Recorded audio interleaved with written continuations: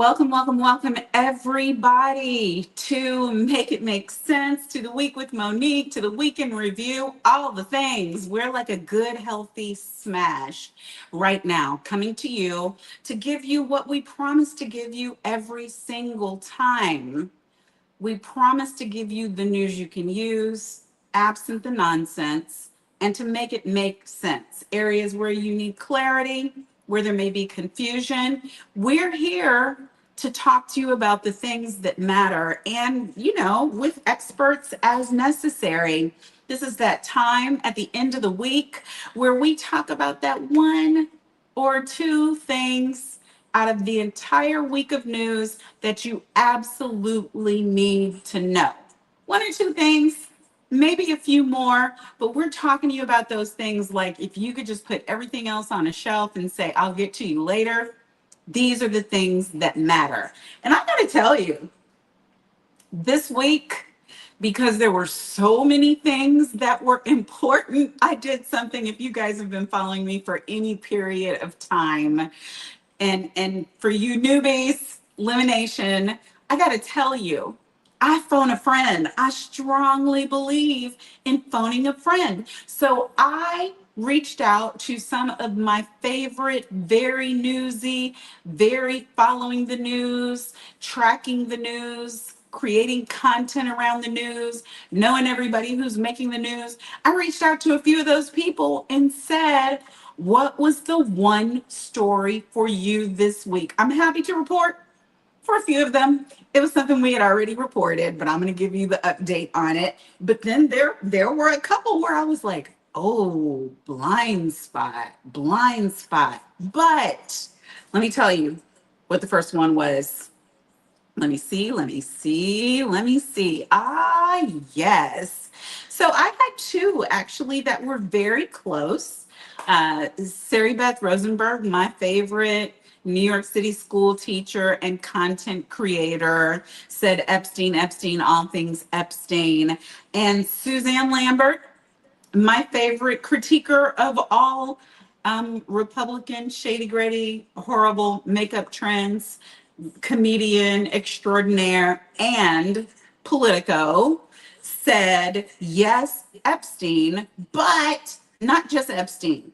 Trump being told in May that he was on the Epstein list. And obviously, we've covered both of those ad nauseum. Ad nauseum.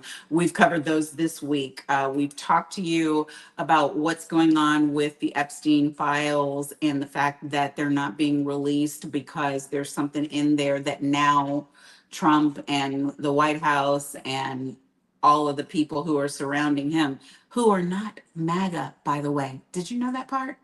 Did you know that Trump is not MAGA? Like, MAGA is his support arm, that's his base, but he's not MAGA. He doesn't care about the things that MAGA cares about. He cares about himself. And so he's got these people surrounding him, some of them who are aligned with MAGA and MAGA concerns, some of them who are aligned with like Daughters of the Federation and what they're concerned about, some of them who are old Tea Party members, some of them who are other things, but in the inner circle, it's all Trump radio all the time, my friends. And when they figured out, to Suzanne's point, the story of the week, that, bruh, you too are in the papers that we have promised your base, ginned up your base, dragged your base to the polls, saying that we're going to produce. You too, my friend, are in the files, which I don't know, unless his memory is failing him. He should have known. He should have known he was in the files. He knows who he is. He knows what he does. But so once he got that official word back in May, that's the Wall Street Journal reporting, owned by Rupert Murdoch, the Wall Street Journal reporting, is that the DOJ, Pam Bondi, informed him, you're in there, and multiple times. And now we won't be releasing anything else because this involves victim statements and victim detailed information and impact and et cetera. And we couldn't possibly. Wasn't that always the case? Wasn't this Epstein case always about him being a pedophile and sex trafficking young girls and at the aid of Ghislaine Maxwell, wasn't that always what this was about? Wasn't it always going to be difficult to release the Epstein files without unnecessarily, unlawfully affecting, invading the privacy of, further injuring and assaulting victims who had already been injured, criminalized, assaulted? So that's not new. But that's what they're saying now about why they can't release the files. And lo and behold, here's the other update. And I think we actually have a little something to show you. Todd Blanche apparently went and talked to inmate Maxwell this week. Do we have something on that? Aha, that's not it though. There we go. Deputy AG Blanche meeting for second day with Ghislaine Maxwell. DOJ meets with Ghislaine Maxwell as pressure to release Epstein files builds. The convicted sex trafficker and former Jeffrey Epstein companion initiated the meeting with Deputy Attorney General Todd Blanche as she appeals her conviction, sources say. I think we are in the latest version of Let's Make a Deal. That's all I need from that. Thank you. I think we are in the latest version of Let's Make a Deal. I was on the Don Lemon Show Hot Topics this morning, and he was asking me about my thoughts about why somebody high up in the DOJ would be going to meet this incarcerated felon, Ghislaine Maxwell. And I said, well, could it have something to do with the fact that the current occupant of the White House realizes he's in the files and that could be a problem with his base, not with going to jail because the Supreme Court already took care of that, but with his base. So Ghislaine Maxwell is over here wanting a pardon. Trump's over here with pardon palooza powers. Her silence, his ability to give her freedom. And now they send a higher up in the Department of Justice to go meet with her. Why? To ask her what? To get grand jury testimony approval? I don't think so. I don't. We'll be watching that story. Another story that we've been covering this week that my dear friend Kenny said that it would too raw, too real for the rest of y'all. But Kenny said that despite all of the Epstein coverage, to him, Texas gerrymandering is the most important story of the week. And I agree. We've covered it every single day for the past 5-6 days. Since last Friday, we've been covering it. Since we were letting you know that there was going to be a special session. Since my last week with Monique on Don's channel, we've been letting you know that this is the story because the GOP, Trump and his henchmen, Harmeet Dillon, and the GOP are trying to steal the 2026 elections before they get here, y'all. He says, somebody give me 5 seats because he knows that they're failing. He knows that they haven't kept up with any of their promises. And he knows, as we just discussed in the last story, the base is eroding.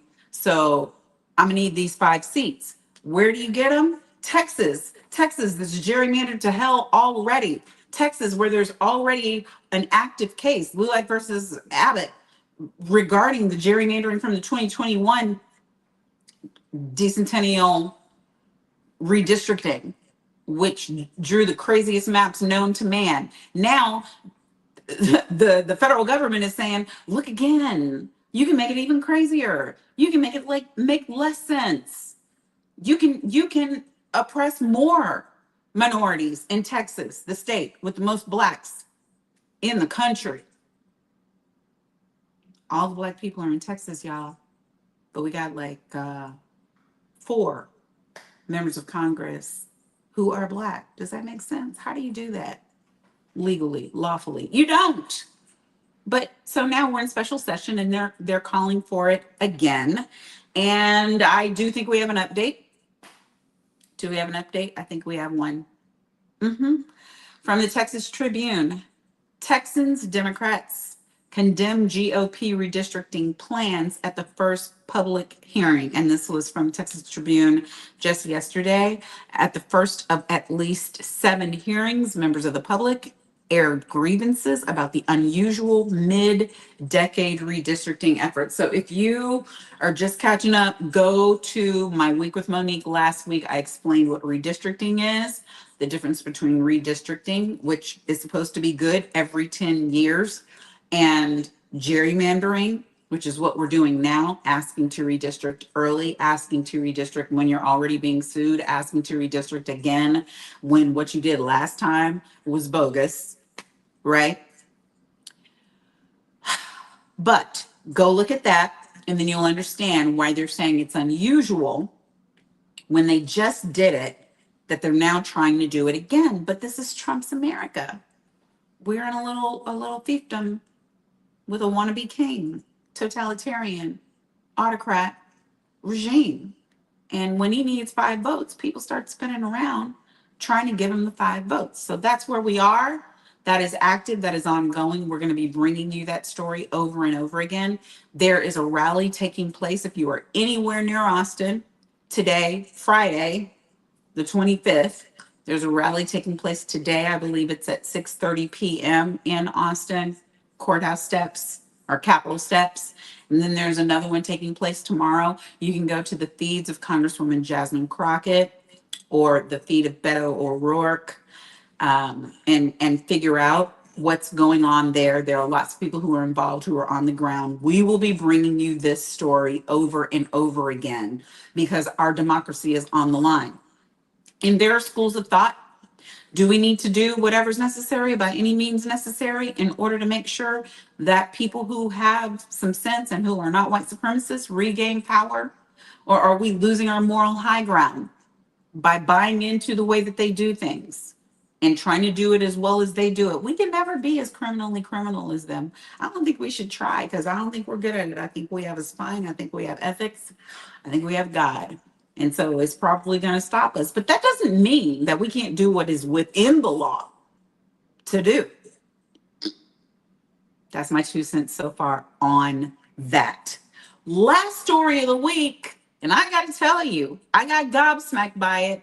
I got gobsmacked by it because I'm thinking about this thing and I'm thinking about that thing and I'm thinking about the other thing. But I asked my dear friend, Booker Square, Elizabeth Booker Houston, what do you think? Let me look it up. She gave me the answer. What do you think the story is? The story of the week. If you guys aren't following her, you're missing out. And she said to me or to the public, I said to you, sis, go. That's why I'm asking you. And she said the fact that measles were detected in the water in Austin. It's been other places too, apparently, but I think we've got an article on that. From the Austin American-Statesman, Austin Public Health finds measles in the water. It was in the wastewater, but do you see the sign there? It says, don't hesitate, vaccinate. That's the point of this story. I'll get to the lead right at the top, but let you know, Austin Public Health has found measles in Austin's wastewater. You can look up this article to get the details. You can go down a little bit more, Mr. Producer. The finding was from a sample taken July 6th. Austin Public Health tests the water in our sewage treatment plants for infectious diseases weekly, but it takes 2 weeks to get the results back. The July 6th test was the most recent test result. When the wastewater test comes back positive, it means that someone with the disease has used the bathroom in the Austin area, says Dr. Desmar Walks, the public health authority for Austin and Travis County. It is not clear from the results how many people might be infected with the disease locally, she said, to cause the positive test results. The bottom line, folks, she gives it. Now is the time to get vaccinated if you haven't gotten that protection. A little further down in the story, it talks about where the alarm bells are and how at least 95% of your population is supposed to have been vaccinated in order for it not to be considered an outbreak. They're below those numbers right now. I wonder why. Wonder why. Robert Kennedy Jr. I wonder why. Do you think it might have anything to do with your conspiracy theories? Do you think it might have anything to do with you trying to dissuade people from the necessity of getting the MMR, which keeps people safe from measles, which keeps us all from dying, especially the most vulnerable in our communities? So this uptick, there's a rhyme, there's a reason, there's a root to the story. And the bottom line is, and please take it from me, somebody who has had to filter through all of this. I've got a child on the autism spectrum. I understand what people go through. I know how all of the information is coming into your head and saying, but it could be this, but it could be this, but it might be this. But hear me. If we do not vaccinate, children will die. Adult measles are even more serious. Adults will die. People will be without moms, dads, daughters, sons, loved ones, friends. If you have not yet vaccinated, please do. And please continue to find reliable sources. I'd like to think that we are one, but please continue to find other reliable sources as well and read for yourself. That's why I always put sources, data, facts on the screen. Please continue to look up that information for yourselves. That's all I got for this week. I could have plenty more, but that's just it. That's all that time will allow. I hope we've given you some highlights so that you can direct your own personal inquiries forward. I hope that you will share the information that you heard here. And please support, if you're not subscribed to my channel, Monique Presley channel, please subscribe, please like this video, please share it. And hey, please support us with your giving. You can get into the super chat and do all the other things. Look in the caption to figure out the best ways. I want to thank you for coming and being with us day after day and week after week. And I want to tell you, the merch is back. Woohoo! If you haven't been to the Monique Presley store lately, please visit. Black by popular demand. Are you pausing or are you finished? You can go to monique-presley.myshopify.com. Get your shirt. There's more merch coming. More merch coming. I know my good friend Don has merch too, which I love. Living live. I don't know where my shirt is. But anyway, for another day, that's all I got for now. Until next time, stay safe out there.